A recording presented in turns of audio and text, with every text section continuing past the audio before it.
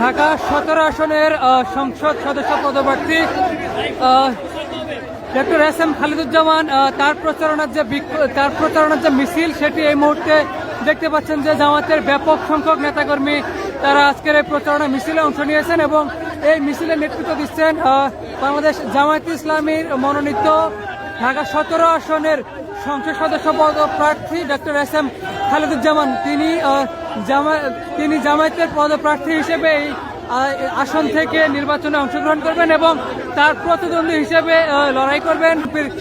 Chairperson Tarique Rahman, অর্থাৎ এই আসন থেকেই বিএনপির যিনি চেয়ারম্যান তারেক রহমান তিনি নির্বাচন করবেন এবং তার প্রতিদ্বন্দ্বী হিসেবে লড়াই করবেন জামায়াতের ডক্টর এস এম খালিদুজ্জামান।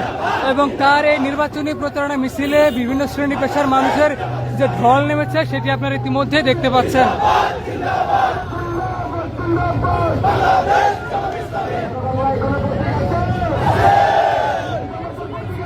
কয়েকদিন আগেই ডক্টর এস এম খালিদুজ্জামান তিনি যেমনটা বলেছিলেন যে ঢাকার একটি আসনও কোনো দলকে ছেড়ে দেওয়া হবে না, এরকম একটা হুঙ্কার তিনি আগেই দিয়ে রেখেছিলেন এবং তারই আজকে প্রমাণ পাওয়া যাচ্ছে আজকের এই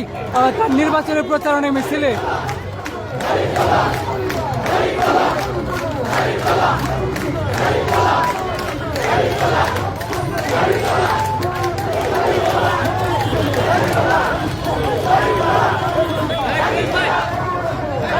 দেশের নাম্বার 1 ট্রেডিং অ্যাপ নিফটি ফার্স্টে পাচ্ছেন ট্রেডিং এর সব সুবিধা, dual এক্সটেন্স access, company analysis, portfolio তৈরি করা সহ